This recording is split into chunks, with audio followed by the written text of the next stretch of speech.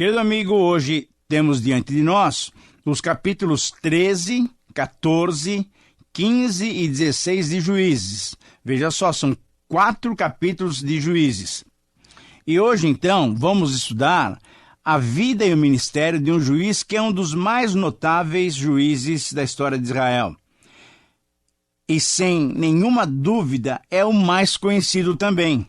Ele é famoso, teve oportunidades extraordinárias, tinha tudo quanto precisava para fazer uma carreira brilhante. Porém, como nós vamos ver no estudo, ele falhou. Você sabe, será que você sabe a quem nós estamos nos referindo? Pense um pouquinho. É isso mesmo. Estamos nos referindo a Sansão. Os israelitas, mais uma vez, deram lugar à impiedade e, mais uma vez, Deus os disciplinou severamente, usando para essa ocasião, como instrumentos da sua disciplina, os filisteus. Os filisteus foram instrumento de Deus para disciplinar Israel. Mais uma vez, parece que a provação não deu fruto. Em vão Deus esperou e até estava escutando, porém nenhum clamor foi dirigido a ele. O povo, na verdade, tinha se acostumado com o terrível estado de escravidão em que vivia. Assim como o povo de Israel, em muitas ocasiões, nós nos acostumamos a uma vida presa e controlada ainda pela velha natureza, sem desfrutarmos da liberdade que Deus quer nos dar. Porém, em meio aos israelitas haviam pessoas sérias e tementes a Deus. Entre elas, Deus nos mostra Manoá e a sua esposa. Eles eram fiéis e pertenciam à tribo de Dan. Era um casal que, como tantos outros daqueles dias e ainda hoje, não tinham filhos, mas eles desejavam, ansiavam por essa bênção do Senhor. Deus, certamente, ouvindo as suas orações, enviou um visitante do céu e lhes deu uma grande e esperada notícia. Qual era? Eles gerariam um filho, e esse filho salvaria Israel daquela condição triste em que o povo vivia. Certamente, alguns de nós nos lembramos agora do anúncio de Gabriel a Maria, dizendo que dela nasceria o Salvador do mundo. Que notícia maravilhosa! Que notícias maravilhosas, na verdade! Tanto para a esposa de Manoá, como para Maria e para José também. Querido amigo, na verdade, o que podemos aprender logo no início do programa é que Deus está sempre atento às necessidades do seu povo e está sempre propenso a atender aqueles que lhe são tementes. Dessa vez, havia, porém, algumas condições que essa criança e a sua mãe deveriam cumprir. Ele seria um nazireu, isto é, de acordo com o número 6, ele seria um separado para Deus e ele teria que se abster dos prazeres e diversão que os outros jovens e homens de Israel podiam participar, como, por exemplo, tomar vinho, que alegra o coração. Para um nazireu, o vinho era proibido. Agora, manter esse hábito na vida social de Israel era difícil, tanto para o jovem Sansão como para a sua família. Mas era essa a exigência de Deus. Agora, faça uma pergunta para você mesmo. O que é que Deus tem exigido de você? Tem sido difícil cumprir? Querido amigo, Deus quer nos abençoar, mas para isso devemos obedecê-lo integralmente. A história de Sansão começou dessa maneira, e eu gostaria então de alinhavar com você alguns itens importantes sobre a vida e o ministério desse famoso juiz de Israel. Em primeiro lugar, antes de entrarmos exatamente na história de Sansão, vamos conversar um pouco sobre uma lição importante que é relativa à vida familiar. E eu quero colocar como título uma lição importante para os pais. E a base da nossa conversa está, então, no capítulo 13 de Juízes. No capítulo 13 de Juízes, nós vamos enfocar a história dos pais de Sansão, Manoá e sua esposa. E eu gostaria de dar como título para esse capítulo uma lição importante para os pais. Eu repito, uma lição importante para os pais. Juízes 13. E a frase desafiadora para todos nós, a frase que podemos aplicar em nossas vidas, eu creio que nós poderemos expressá-la da seguinte maneira: Deus tem prazer em atender aqueles que o temem e o servem em verdade. Eu repito, Deus tem prazer em atender aqueles que o temem e o servem em verdade. E nesse texto, então, nós vamos encontrar 7 características, 7 lições, 7 princípios que nós que tememos o Senhor podemos esperar da sua promessa, da sua atuação em nossas vidas. Muito bem, em primeiro lugar, uma lição que os pais de Sansão, Manoá e sua esposa aprenderam é que eles, sendo tementes a Deus, eles colocavam diante de si a bênção de Deus para as suas próprias vidas.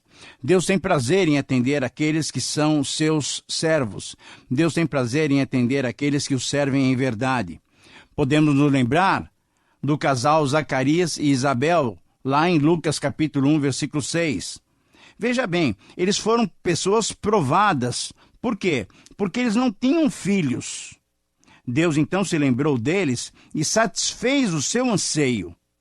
O anseio de um casal daqueles tempos, daqueles dias, era gerar filhos para que os seus nomes fossem preservados.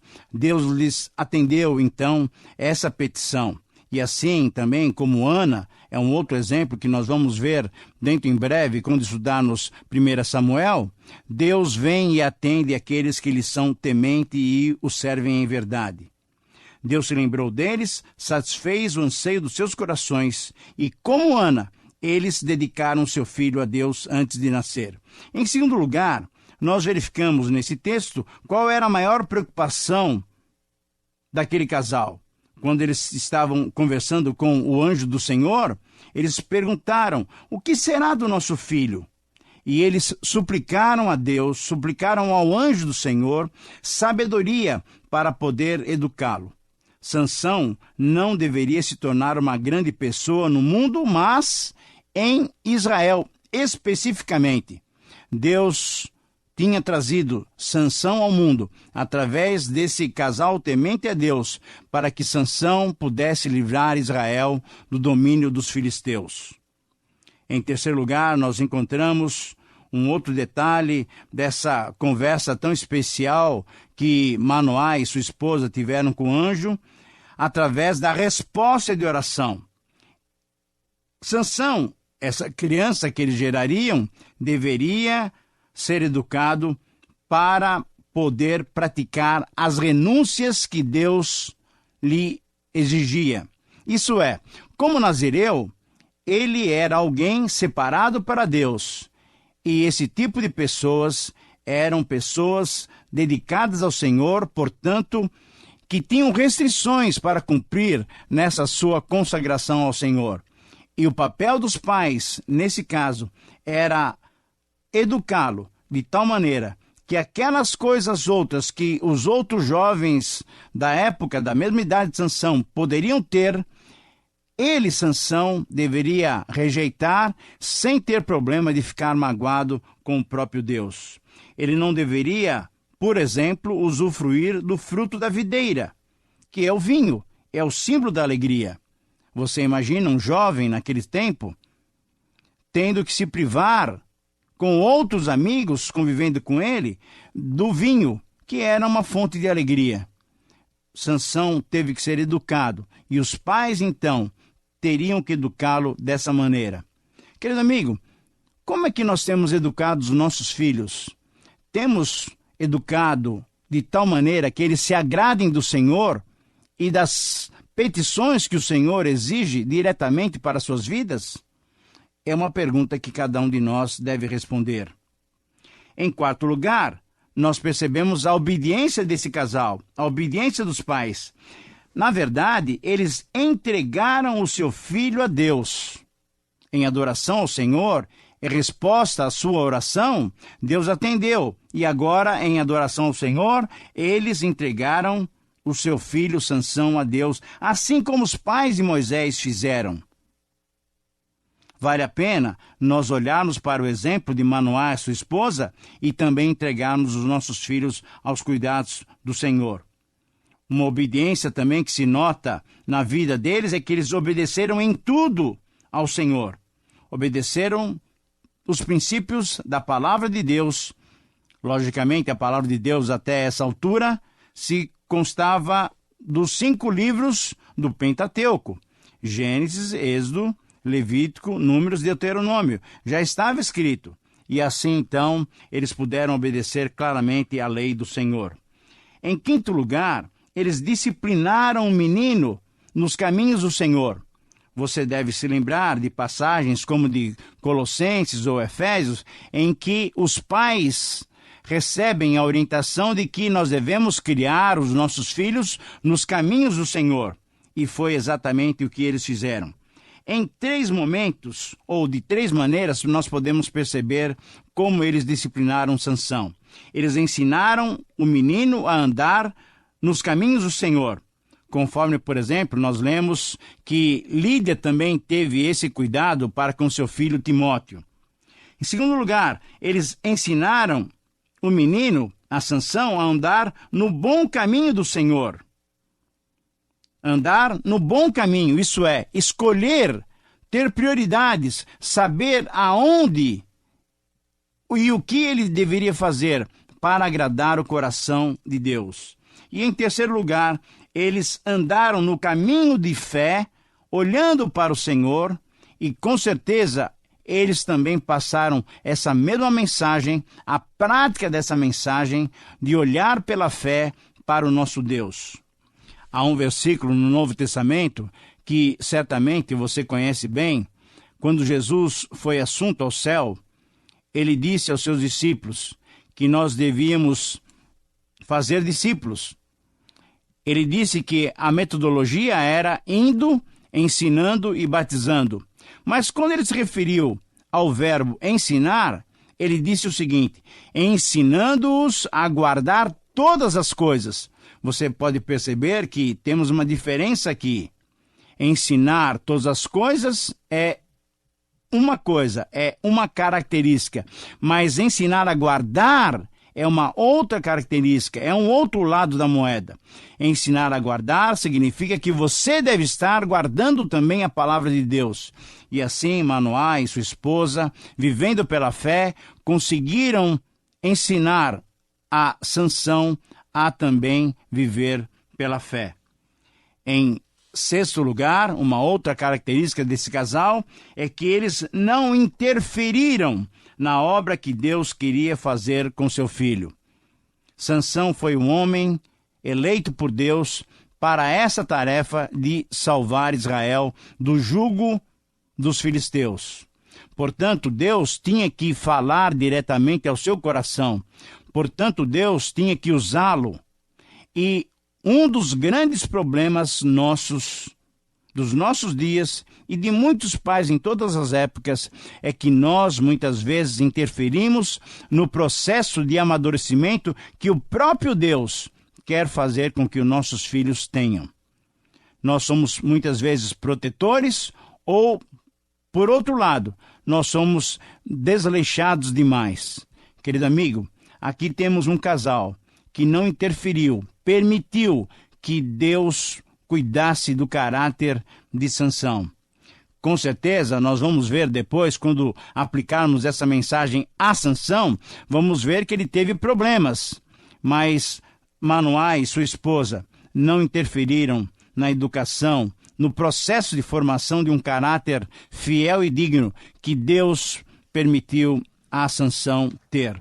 E em sétimo lugar, nós percebemos também a gratidão de Manoá e sua esposa, a gratidão dos pais.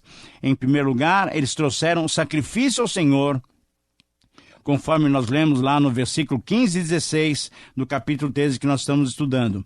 Mas, em segundo lugar, essa gratidão também se expressou através da grande experiência que eles tiveram com Deus, conforme nós lemos no capítulo 13, versículo 20. Eu quero ler esse versículo para você. Sucedeu que, subindo para o céu a chama, a chama, e você sabe do que é, daquele sacrifício que eles ofereceram ao Senhor. Veja bem, essa chama que subiu do altar, ela se tornou o caminho em que o anjo do Senhor subiu nela. Eu repito o versículo. Sucedeu que, subindo para o céu a chama que saiu do altar, o anjo do Senhor subiu nela.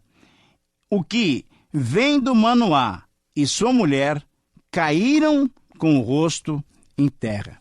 Querido amigo, imagina que experiência especial tiveram os pais de Sansão ao sacrificarem ao Senhor, ao terem esse contato especial com o anjo do Senhor, que você já sabe, pelo que nós já temos dito, foi uma nova teofania, isso é, a presença do Senhor Jesus pré-encarnado. Veja que experiência especial. E agora, então, quando oferecem um sacrifício ao Senhor, o anjo do Senhor, o Senhor Jesus, vai para o céu, de volta para o seu lugar, junto com o Pai, através dessa fumaça que vai subindo ao céu também. Uma fumaça que muitas vezes, no Novo Testamento, é comparada à oração dos santos que sobe em direção ao Pai. Que experiência especial! Que lições que nós, pais, podemos tirar para as nossas vidas. Que Deus nos abençoe a entender e aplicar essa porção da sua palavra aos nossos corações. Muito bem, agora devemos olhar para a vida de Sansão. Rapidamente, em 3 grandes momentos, podemos descrever essa vida de 3 modos bem específicos. Sansão, um homem privilegiado pelo Senhor. Ou Sansão, um homem escolhido pelo Senhor. Agora, qual é a frase que nos desafia a termos condições de aplicar essas verdades para as nossas vidas? Eu quero dizer que nós podemos entender os demais capítulos através dessa frase. Somente quando nos dedicamos completamente ao Senhor, podemos ser canais da sua graça infinita. Eu repito, somente quando nos dedicamos completamente ao Senhor, podemos ser canais da sua graça infinita. Querido amigo, Sansão foi escolhido para salvar Israel do jugo filisteu. Em primeiro lugar, nós percebemos os privilégios que Deus concedeu a Sansão. O seu nascimento foi anunciado por um anjo. Esse é um grande privilégio. Sabendo então da sua história de vida, Sansão sabia que ele tinha sido planejado por Deus. Não apenas almejado por seus pais, mas ele tinha sido planejado por Deus. Como é gostoso sabermos que Deus nos colocou nesse mundo com um plano bem específico. A pergunta para você e para mim é: qual é o plano de Deus para as nossas vidas? Nós estamos nesse mundo para fazermos diferença. Nós somos servos de Deus e devemos, então, fazer diferença no meio da nossa geração. Em segundo lugar, um outro privilégio é que ele foi um instrumento escolhido. Especificamente, Deus tinha essa tarefa designada para Sansão. Ele foi escolhido para salvar Israel da sua situação de prisão. Para o que você foi escolhido? Para ser um testemunho, para proclamar a verdade de Deus, para levar as pessoas à verdade que liberta também. Portanto, eu e você, em certo aspecto, temos também esse ministério de libertação. Mas Sansão teve um outro privilégio, isso é, ele foi um vencedor. Sansão foi um vencedor. Você pode reparar em toda a história vários detalhes em que nós podemos ver a vitória de Deus concretizada na vida de Sansão. E, com certeza, um último privilégio, mas não o último, mas um dos últimos e um dos mais importantes privilégios, é que Sansão foi um juiz em Israel. Você se lembra sempre dos conceitos que nós já passamos aqui sobre os juízes. Juízes eram pessoas escolhidas por Deus para salvar Israel dos seus inimigos, mas eram homens capacitados por Deus para julgar, para dirigir, para orientar nas questões internas do próprio povo. Sansão também foi um juiz em Israel, conforme nós lemos em Juízes 13:5. Agora, em segundo lugar, nós vemos também que esse homem de Deus escolhido, ele teve seus fracassos. Ele começou a brincar com o pecado. E a área fraca dele eram as mulheres. Nós encontramos isso claramente exposto em Juízes 14, 1 a 13. Em segundo lugar, com relação aos seus fracassos, ele não fugiu do pecado. Ele perdeu o poder de Deus. E como Davi, ele teve que dizer, antes de eu ser afligido. Ora, por quê? Porque Sansão não procurou, não desenvolveu a santidade que Deus exigia para aquela função de juiz, de libertador de Israel. Querido amigo, eu e você, temos que entender que Deus nos concede privilégio, mas Ele quer santidade para que Ele possa nos usar para a sua honra e para a sua glória. Em terceiro e último lugar, a sua restauração. Sansão orou, graças a Deus. Seus cabelos voltaram a crescer. Nós vemos isso no capítulo 16. E como Cristo, Sansão alcançou a sua maior vitória na morte, conforme nós lemos nos versículos 30 e 31 do capítulo 16. Querido amigo, Deus foi glorificado e os inimigos foram derrotados. Muito bem, estamos chegando ao final então de mais um programa em que nós vimos a vida desse grande homem, desse grande líder judaico, Sansão. Mas vimos também como Deus usou o casal, os pais de Sansão, para trazer-nos lições importantíssimas para as nossas vidas. A minha oração é que você tenha condições, capacitação de Deus para aplicar essas verdades à sua vida. Que o Senhor te abençoe. Nos encontramos no próximo programa. Um abraço.